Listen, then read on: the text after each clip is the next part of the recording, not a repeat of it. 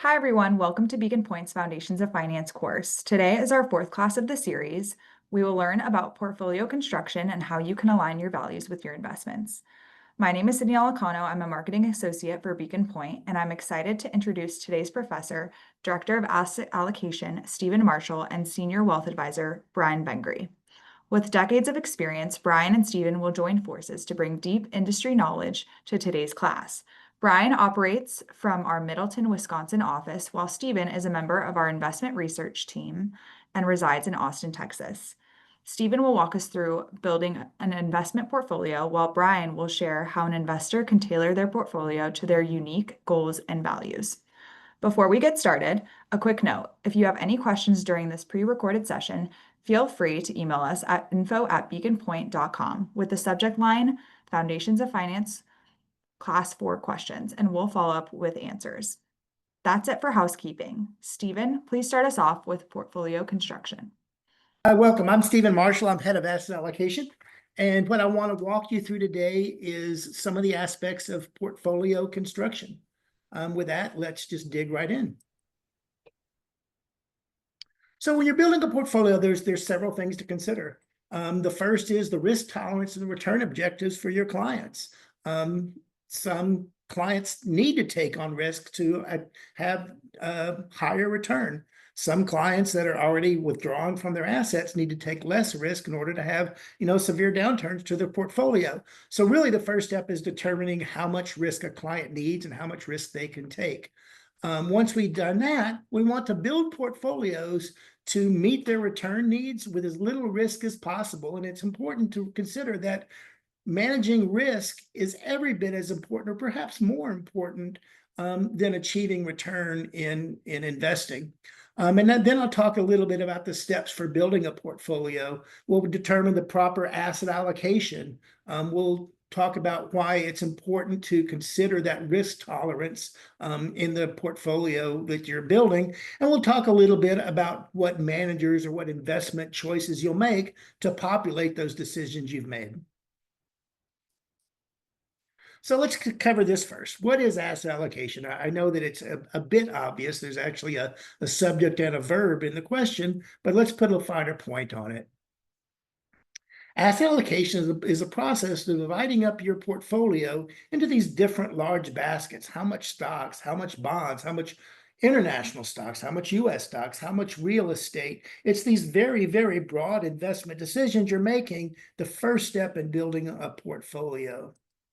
And this is why it's important. A lot of times when people think about investing, they're going to ask, how much Nvidia do you own, or how much are you earning on your money market fund?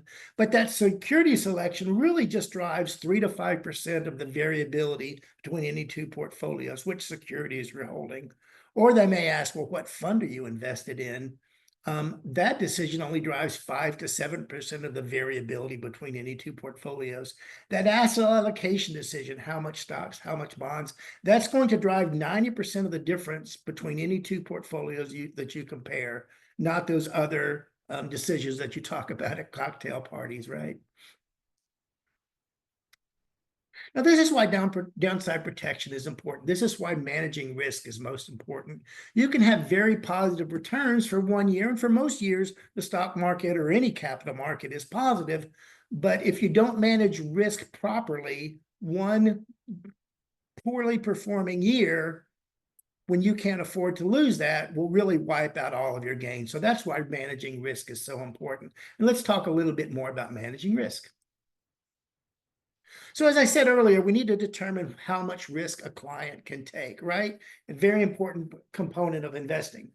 There's really two components of it, right? One is a mathematical component, right? We can measure risk by the volatility or how variable the return is going to be, but we can also manage it by behavioral concepts, right? Who can stomach large changes without wanting to sell when an investment is low. So when we measure risk, we look at a quantitative component and at a qualitative component or behavioral component. And this is just a copy of the risk tolerance that Beacon Pointe uses. Other firms use things that are very similar. Here's a quantitative, and there's actually 8 questions on this, but I'm just showing a snapshot of it, right? So here's a quantitative part. How long are you going to let these assets grow, and how long do you need them to last?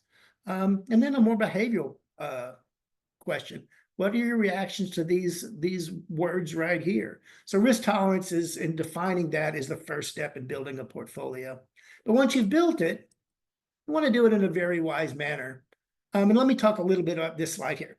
In 1952, an economist named Harry Markowitz wrote his PhD dissertation on portfolio selection. Now, what that defined was a way to build a portfolio to manage risk and return at the same time. He actually won a Nobel Prize in 1990 for this dissertation, and I don't know how many of you won Nobel Prizes for your homework, but Harry Markowitz certainly did. And there's, you've heard the expression, there's no free lunch. Well, there is one free lunch in investing, and that's diversification. And let's talk a little bit about diversification. So what Dr. Markowitz defined was something called a mean variance efficient frontier.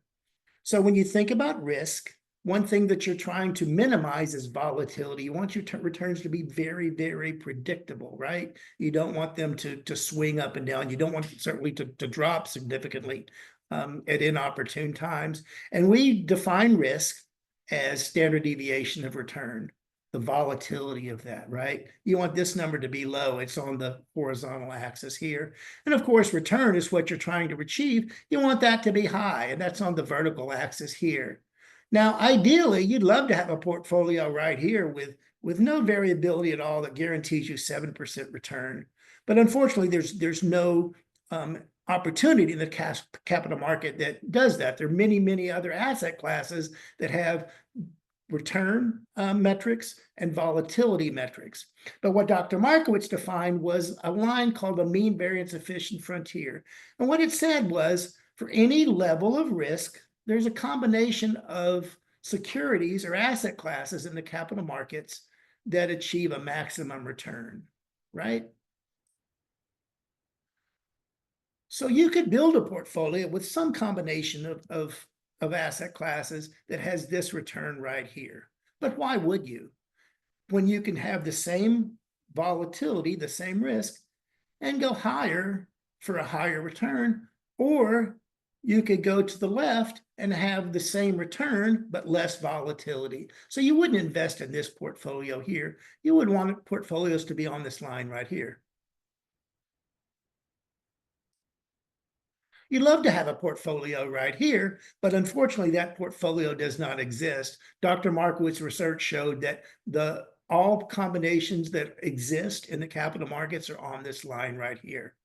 Now, when we build portfolios at Beacon Pointe, we make sure that every bit of risk that our clients take is compensated by the maximum amount of return. We make sure that all of our portfolios are right on this line right here. We don't take any uncompensated risk. And that makes Dr. Markowitz very happy. Now, once you've defined the asset classes and made sure that your portfolio is on the efficient frontier, there's another decision you make, what to populate that with. And the two broadest decisions are active and passive. The next decision you make is a lot of times folks want to choose investment vehicles that are that align with their values, and we'll talk about that a little bit later. And in fact, Brian will talk about that. But let's talk about active versus passive. So passive management is investing in an index, choosing a fund that exactly matches the performance of an underlying index like the S&P 500 or the Dow Jones or the Bloomberg aggregate, which is a bond index, right? So that's what passive investing is. So we'll talk about some of the advantages and the disadvantages, and we'll compare the two, right? So, and a disadvantage of passive management is no attempt to identify securities that you believe will outperform the index, right? But it avoids the cost of finding those successful companies. A disadvantage is that the allocation is static. You're going to hold exactly what is in that index. An advantage is you're not going to be changing your underlying securities all the time. You're not going to be creating taxable events for capital gains that you'd be taxed on. And it is disadvantage that you're unlikely to outperform the benchmark. You're trying to just match the benchmark, right? An advantage is it's very inexpensive to do that. A disadvantage is that you will fully participate in the ups and downs of the market. An advantage is diversification is easy.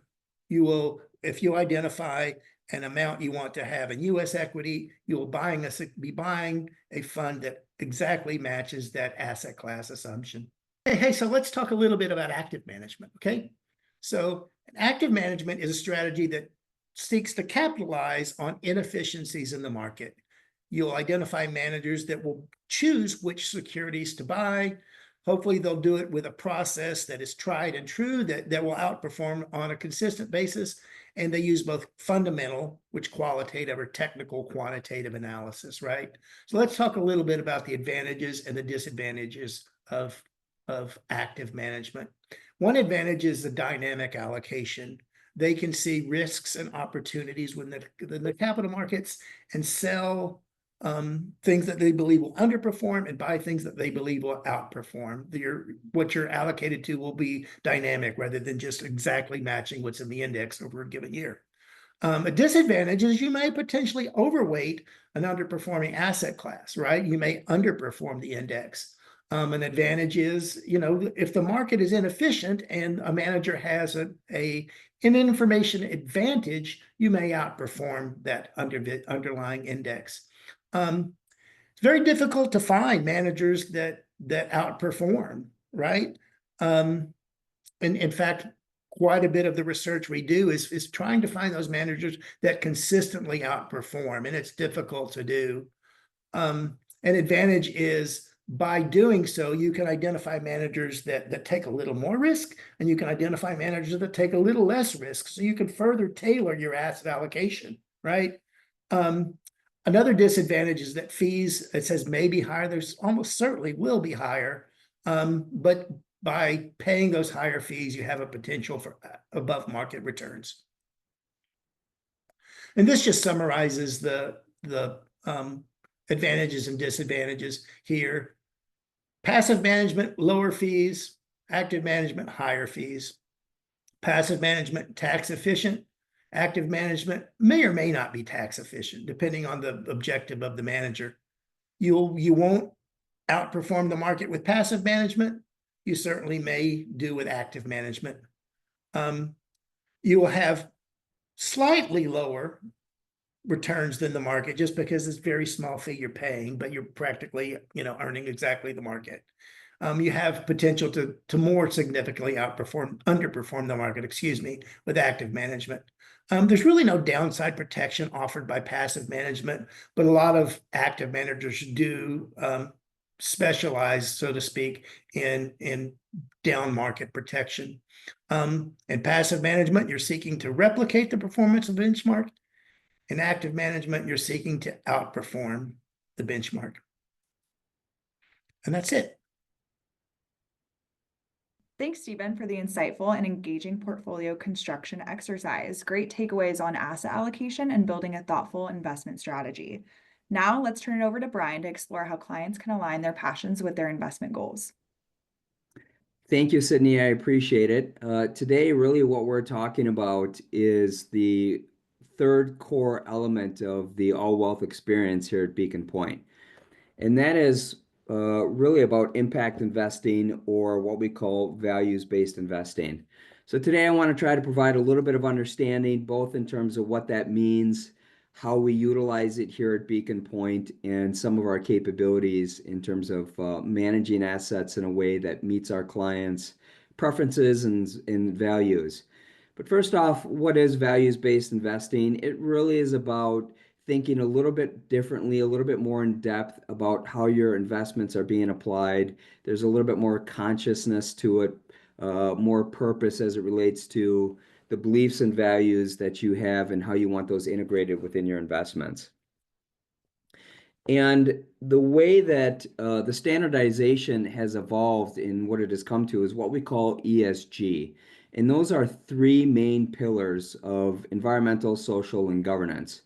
And under each set of pillars, there's thousands of data points that can be evaluated. Of course, environmental is going to be around things like clean energy, water usage, supply chains. The social is going to be more around fair trade practices, how companies are managing a quality type of innovations, how they're handling their employees, supply chains, so forth. And then governance is more along the lines of leadership, ethical applications that companies are applying, and shareholders' rights.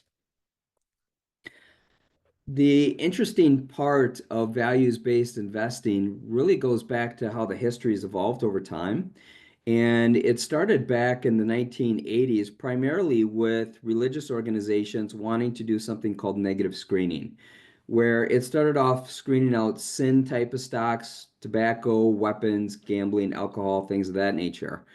And as it grew, it became a way to start to create some sort of activism during situations like the war in Vietnam, uh, divest out of certain areas of investments that were prominent in South Africa and the anti-apartheid movement. And then as we went along through the 90s and started entering into the 2000 era, it started to expand pretty rapidly out from just negative screening to be more positive and inclusive. So there we started to evaluate more along the lines of what it meant to be sustainable, responsible impact investing. And ultimately what resulted out of that was that standardization of environmental, social, and governance. The demand in data, the disclosures around those from companies just expanded rapidly. And today we have a variety of different areas that are both excluded for different factors and included. And here are some of those different areas. And what our clients can do is determine what sort of things are most important to them.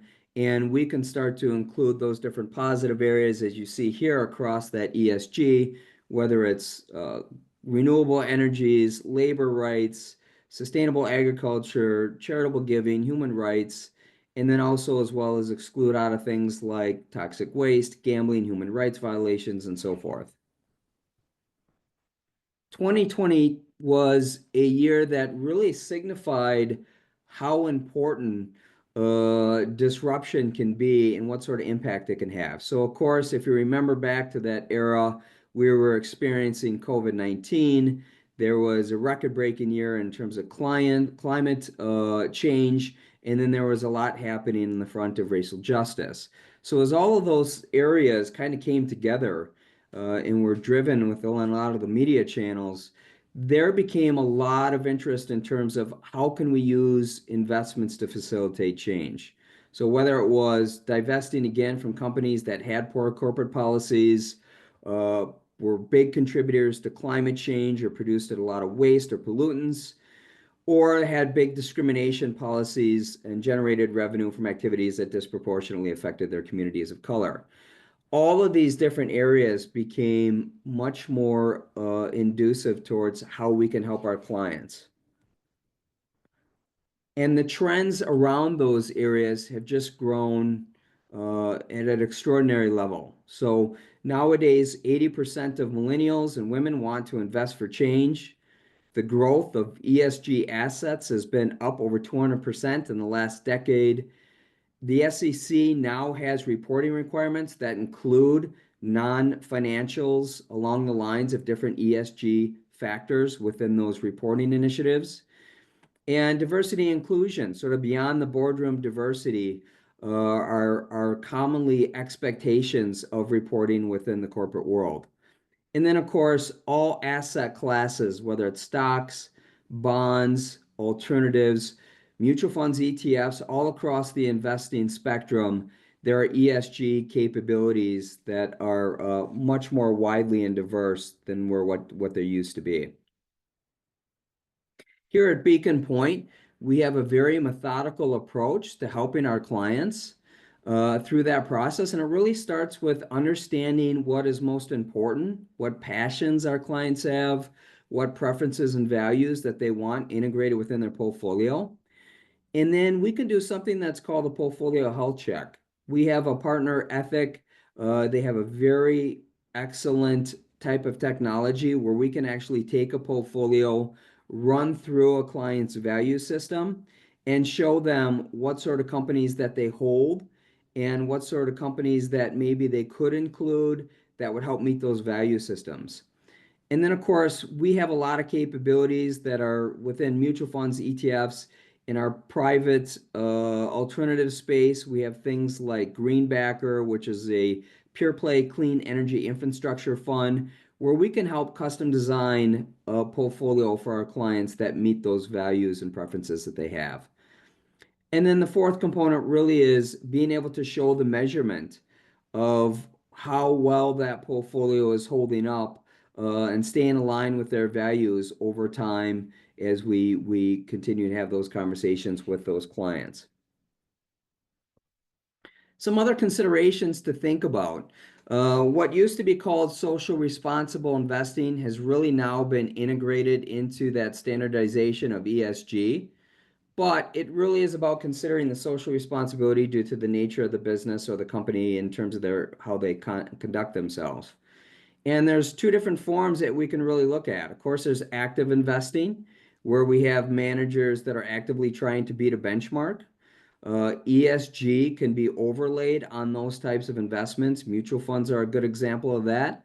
And then passive investing, where we're talking more of index structured investments like ETFs that have lower fees, but they too can have an overlay of certain ESG specializations, where it could be particularly more environmentally based or more socially based, or particularly around a specific concept.